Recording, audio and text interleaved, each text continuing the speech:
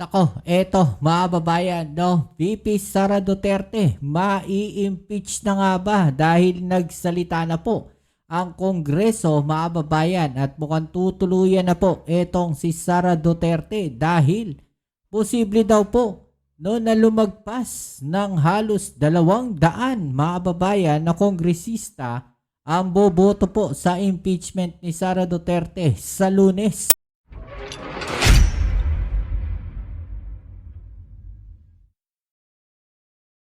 Okay, so yan ang ating alamin ngayon at pag-uusapan. Pero syempre, bago ang lahat, please don't forget to subscribe, like, share, at comment dyan sa comment section. Shoutout sa rin sa mga subscribers natin dyan. Maraming salamat po sa inyo. At eto, mga babayan, bad news kay Sara Duterte. No, lalong-lalo na sa Lunes, magkakaalaman na. Tutuluyan na ba etong si Sara Duterte ng Kongreso, mga babayan? No, dahil ayon po sa balita ay lumagpas daw po sa posible pong lumagpas sa 200 kongresista, mga babayan. No, maboboto po para ma-impeach etong si Sara Duterte. Mukhang nagalit na ang Kongreso, mga babayan, dito kay Sara, no? Okay, so yun yung ating alamin ngayon at pag-uusapan. Pero syempre, no, wag na natin patagalin yan. Umpisahan na natin. Let's go. Posibleng makakuha ng hanggang 200 boto sa Kamara grabe, pabor sa impeachment ni Vice President Sara Duterte. Ayon kay Tingog Party List Representative Jude Asidre. Yan ang umaarangkadang balita ni Mari Ocampo. Personally, no, I'm inclined to agree with Tiwala si Tingog Party List Congressman Jude Asidre na mas maraming kongresista ang nakumbinsing suportahan ang impeachment ni Vice President Sara Duterte. Malaki aniyang pagkakaiba na naging proseso ngayon dahil mismong mga mambabatas ang nakasaksi at nakasuri sa mga ebidensya. But this time, we had everything in full session, in full committee hearing, and the members themselves, kasi kahit hindi ka member ng committee, nandun ka naman na you were monitoring and everyone was able to see. In fact, after the second, the AMLAC, and the third hearings, mas dumami yung, kumbaga kung meron pa nagdadalawang isip, by the second and third, medyo mas marami na. Dumami yung mas nakumbinse dahil sa ebidensya. Posible pa nga ayon kay Asidre na umabot hanggang 215 ang makalap na boto. Sabi pa ni Asidre na sa loob ng party list block, We had a chance to even invite the Makabayan block to also present their appreciation of the evidence. And it was a quite an engaging discussion. And as a result, around at the moment, I think the count is at 47, if I'm not mistaken. umaasa si Asidre na kapag naipasa na ng Kamara ang Articles of Impeachment, But syempre, we appeal to the Senate to keep an open mind, to keep politics away. Although we know this is a political exercise, but I hope in the end, what would be given greater weight and credence would be the evidence at hand. dagdag pa niya, umaasa ang publiko na matutuloy ang impeachment trial. Sana ho ay hayaan nating magtuloy-tuloy ang proseso. Sana magkaroon ng pagkakataon na magkaroon ng trial at maihilad ang ebidensya. Kasi sa totoo lang ho, pagkakataon din naman ho ito sa ating Vice Presidente na sugutin at harapin ang mga akusasyon laban sa kanya. Okay, so ito pa mga babayan ang karagdagang balita po, no? Kaugnay ng impeachment ni Sara Duterte. Tuloy natin. Ano yung kahalagahan nung Monday na darating dito sa impeachment na pinag-uusapan natin? Well, alam ko rin mahalaga yung Monday kasi ito po yung magiging pangalawang pagkakataon na ma-impeach po yung pangalawang Pangulo. Ayan na, mga kababayan, mai-impeach po. No? Ang pangalawang Pangulo, mga kababayan, sa Lunes, ayan na, mai-impeach na. No, si Sara Duterte, grabe naman, pinagtulungan, no, nagkaisa ang Kongreso, mga kababayan. I-impeach na si Sara Duterte, yari na, tatanggalin na sa pwesto yan. Sa ilalim po ng dalawang magkahiwalay pong Kongreso. Yung nakaraan binabagay. impeach siya. Tingin ko, pagdating po ng darating pong Lunes, she will be impeached again. Yan. Meron na po tayong bilang na around 215. Nako, Kapag- 215 na. Ha? Grabe mga babayan, 215 na. Lagpas na yan sa kalahati. Sobra-sobra. Sobra-sobra na. Yun yung sinasabi sa inyo mga babayan. No? Dadami pa ang boboto niyan mula sa Lunes mga babayan. Diyan sa bilang na yan, sigurado po. No? Na mas dadami pa ang boboto para ma-impeach si Sara. Ilan na lang po yung matitira dyan na hindi boboto.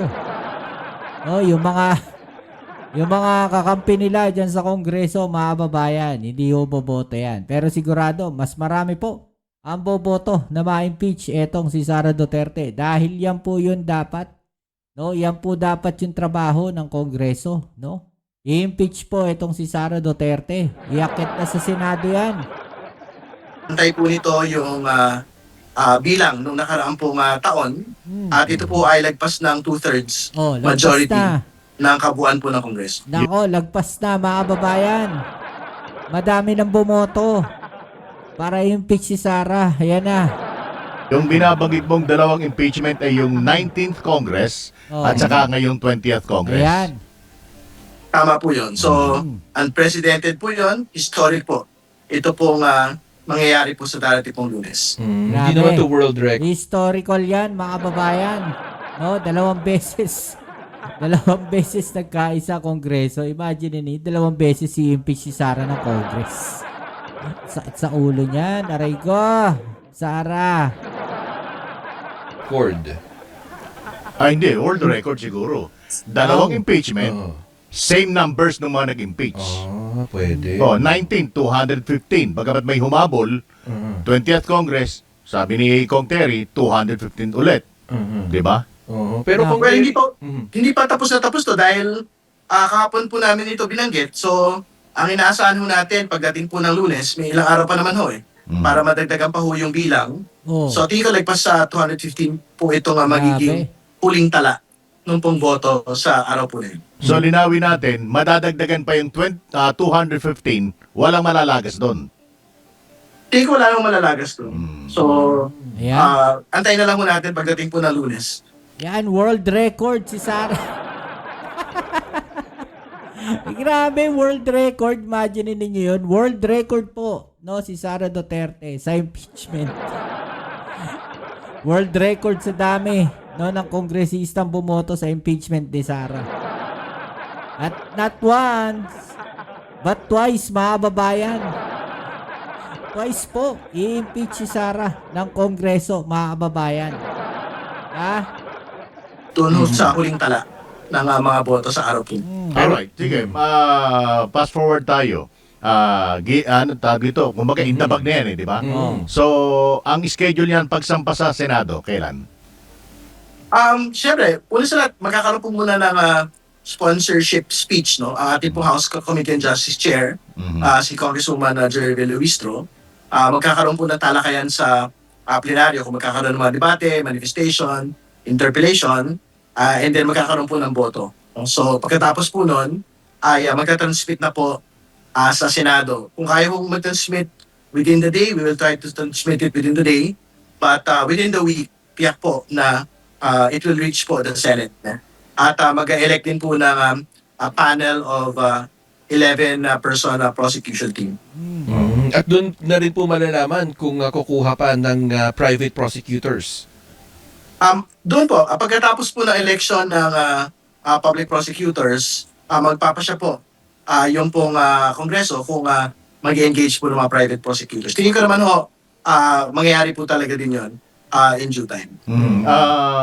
For sure, may listahan na kayo kung sino yung bubuo ng panel of prosecution dyan sa Kamara. Well, may binabanggit naman na po si Congresswoman Luistro, no? Na unang listahan. So, yung mga kadalasan naman din po nating makasama doon po sa House Committee on Justice proceedings, malamang sa malamang naman po sila din po yung magiging kabuuan ng po panel of prosecutors po natin. Automatic ba na yung chairperson ng House Committee on Justice ang tatay yung lead prosecutor? Hindi naman ho automatic yun, pero tingin ko naman ho, it will be the Justice Chair, Jervil Luistro, who will head po the prosecution panel. Yung mga private prosecutor, ano yan? May mga kinausap ba kayo o may mga nag-volunteer para sumama sa prosecution panel? Well, marami pong mga abogado, marami pong mga law officers, no? Na nakakausap po tayo na willing po tumulong, no, sa ating pong proseso. So, we will engage them as soon as the public prosecutors panel has been elected. Kasi po nung huling pagkakataon, nung 19th Congress, hindi po naisa publiko kung sino yung mga kinuhang private prosecutors. Oo. Meron na eh. Actually, Yung 11 lang na Oo, yung 11 lang. Actually, nag-meeting nga sila eh. Kung di ako Oo. nagkakamali tuwing Thursday. Oo. Tapos biglang pumutok yung ano. Oo, tapos nagkaroon ng Supreme Court decision kaya hindi natuloy. Ngayon po ba mas maaga nating malalaman o maisa sa publiko itong kung sino yung bubuo doon sa private prosecution? Baka maunahan na naman, ganun ba? Hindi naman siguro. Malalaman naman po natin yung pinal pong listahan. Ang totoo naman, ang trabaho naman po ng private prosecutors ay talagang tumulong po, no, doon sa trabaho po ng public prosecutors, particularly doon sa examination and presentation of witnesses at iba pa. No, so, in due time, makikilala naman din po natin sila lahat. Alright. May mga lumulutang na idea mula sa Duterte camp na most likely magbitiw na lang o bitawan na lang ni BP Sara yung kanyang posisyon. After all, sabi naman niya na okay lang sa kanya kung siya matanggal bilang Vice President. Paano kung sakali magkaroon ng ganong senaryo, Kong Terry? Well, yung po nga pagtingin ng ibang mga abogado, kahit po mag-resign si pangalawang Pangulong Duterte, dapat magtuloy pa rin po yung trial. No? Mhm. So, I think yan po yung isa sa mga titignan ho natin. Siyempre, ultimately, it will depend on the Senate Impeachment Court. No? Mhm. Kung ano po yung kanila po magiging wisdom dyan po sa bagay na yan. And we will submit kung No. paano man ho nila yan gagawin. Pwede bang magbitiw na lang si VP Sara Duterte para nga maiwasan yung posibleng maging parusa sa kanya na perpetual disqualification? Again, katulad na binagit ko kanina, debate po yan. No? So ultimately, yung pong Senado po yung magpapasya. Pagka sumalang na sa kanila, yung pong trial. No? Kung magagabitiw man po ang pangalawang Pangulo habang may trial po tayo, magtutuloy pa rin po ba ang trial at para pagpasyahan ho yung perpetual disqualification from holding public office. No? But we will leave it to them bilang Senate Impeachment Court when it comes to that. Kung magkaroon ho ng ganyang klase ng senaryo, pwede bang makipag-argue ang prosecution sa kung anong desisyon halimbawa ng Senate Impeachment Court? Sa dulo, ang Senate Impeachment Court ho yung ang mapagpasya. Dahil sila ho yung korte. Di ba? Okay. So, we will leave it to them. We will try to, of course, present a case na dapat magtuloy. Pero kung ano't ano man, sila ho yung magpapasya dyan po sa bagay na yan. Kasi sa dulo-dulo, pwedeng hayaan lang ng kampo ni VP Sara na umakyat, ma-transmit sa Senado yung impeachment complaints. Tapos kapag nagsimula na o nag-convene na itong impeachment court, pwede siyang magbitiw sa Ay, teka, pwesto. teka. Oo. Ang isang argumento kasi, pwede niyang gawin yon prior na sumampay yung Sa impeachment sa court. impeachment court. Oo. Pag nagsimula nag-initiate na yung impeachment court, pwede pa kaya yung ganon? Hindi. Wala naman po ipigil sa Pangulo magbitiw at whichever stage. Whether Okay. before transmittal or after transmittal na nasa Senado po. Pero anyway, tingin ko masyado na mahaba yung talakayan dyan dahil this is a hypothetical situation that does not exist yet.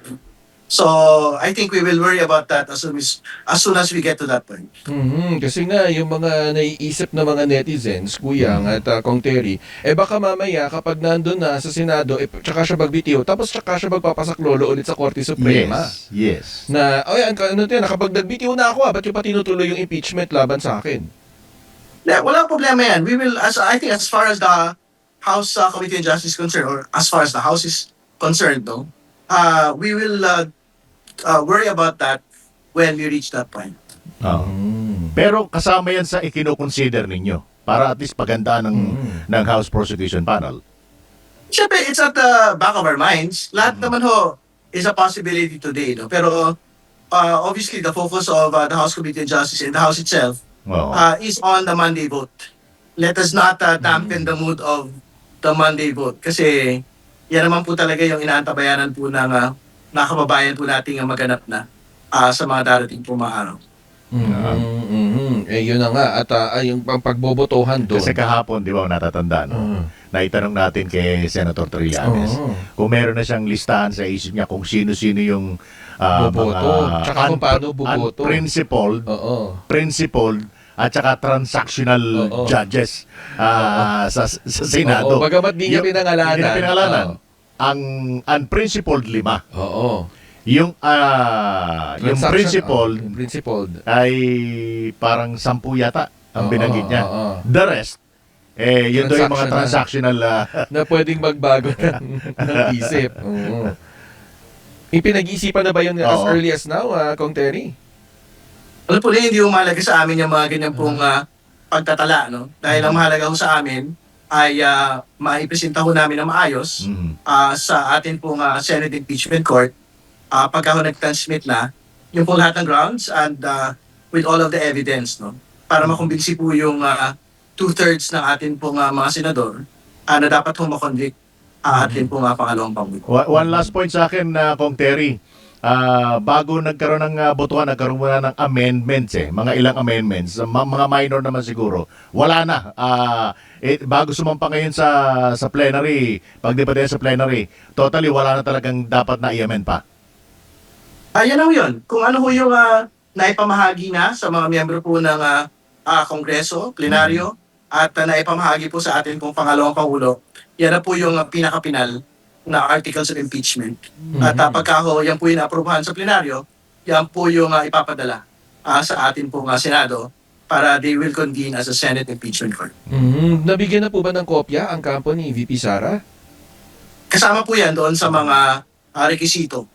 Dahil yan po yung mga Supreme Court guidelines para sa due process pagka may mga impeachment proceedings po tayo. Teka, kailangan ba may patunay na natanggap na ng opisina ni VP Sara yung complaint, yung kopya? Tingin ko naman hindi naman ho masyadong problema yun. Dahil paglapag naman ho doon sa opisina, rin-receive naman po ng OVP. Yung lahat po ng mga correspondences po. Okay, kasi Mula sa House Committee on Justice at mula po sa House itself. kasi may mga pagkakataon, 'di ba? Yung mga staff hindi kami tatanggap niyan, 'di ba? Yung Ayaw mga ganyan, tanggapin. ayaw tanggapin. Baka mamaya Hindi ba ganyan yung nangyari nung una? sa Congress, 'di ba? Mm. Yung impeachment nagkaroon ng issue kay Secgen Garafil dahil sa hindi tinanggap nung kanyang opisina dahil nasa Taiwan si Secgen Garafil, 'di ba? During that time. Baka yung napaka-small details na yun maging technical pa. At tingin ko naman ho, hindi ho yun naging kalagayan Okay. dito po sa pagbibigay po ng kopya sa lahat po ng mga dapat makatanggap. Dito po articles of impeachment. Okay, kasi 'di ba isa sa mga naging utos ng Supreme Court, dapat may kopya yung yung isinasakdal, 'di ba? 'Yun ang isang naging utos ng Ng Korte ng Suprema. Korte Suprema, 'di ba? Tama po yan. Kaya nga, very strict po yung Kongreso ngayon. In each and every stage of the process, binibigyan ho natin ng kopya ang atin pong pangalawang pangulo para ma-fulfill po natin yung mga due process requirements as stated by the Supreme Court. So ano pa pong bukod dun sa botohan sa Lunes, kung matutuloy nga o hindi, pero sabi nyo nga po ay sigurado na kayong meron kayong enough na boto, ano pa pong inaasahan sa Lunes dun mismo sa pagtalakay, sa pagtalakay ng plenaryo dito nga po sa impeachment complaint? Tsaka anong oras? Oo nga po. Aagahan ba yan? Una ba siya sa agenda? O yung usual na oras ng deliberation sa plenary? Masasalang po yan, malamang session time, syempre, no? So, 3 p.m. onwards po, Okay. ang inaasahan po natin, magkakaroon po ng sponsorship speech, magkakaroon po ng deliberation, so magkakaroon po ng debate, tanungan at manifestations, no? Diyan po sa committee report po na ito, with resolution and articles of impeachment. At pagka natapos na ho yung mga talakayan, yung boto po ay magaganap din po sa pagkatapos po ng lahat ng mga kaganapan. Pero may ine-expect pa po ba tayong, syempre may mga kakampi pa rin naman ang kampo ni VP Sara sa Kamara, magkakaroon pa po kaya ng debate between sa House Justice Committee na sponsor nung impeachment complaint at nung mga kakampi kasi nga parang may hamon nga yung iba na yung mga kakampi ni VP Sara dapat makipagdebate kay Congresswoman Jinky Luistro. Hindi, andyan ho yan sa buong phase ng deliberations, interpellation, manifestation. No? So, sila naman ho yung magpapasya kung sila po ay tatayo at magtatanong, magbibigay ng pagtingin at makikipagdebate sa atin po sponsor. Bigyan nyo kami ng picture ng mangyayari. Posible bang tumagal doon? Oo, tsaka magdi-depend lang ba ng thesis na yan? yung chairperson Opo. ng House Committee on Justice pwedeng makihalubilo rin yung mga members. Inasahan natin magagampanan po ni Chairperson Luistro yung pong task of defending it. Pero pwede naman siya mag-deputize tingin ko ng mga kasamahan po sa komite para humalili doon po sa pagpapaliwanag at pagtalakay ng committee report. So mahaba-haba pala yung araw hindi lang ni Matatapos ba yan sa Lunes? Oo. Tingin ko naman na matatapos po yan within the day. At we will see kung ano po yung magiging final decision and outcome dito po sa bagay na ito. Pero I think ang target po ng plenaryo, there will be the speech, then the deliberations, then the vote. Okay, kasi asahan natin yung mga kaalyado niya dun sa Kamara, kahit pa paano gagawa ng mga eksena kasi sa para committee, ma-delay. sa committee diba? nga, di ba? Well, yung interpellation naman po, hindi naman ho yan freewheeling, So, ibig ko sabihin, meron pong mga time limits po yung interpellation na inilalatag. So,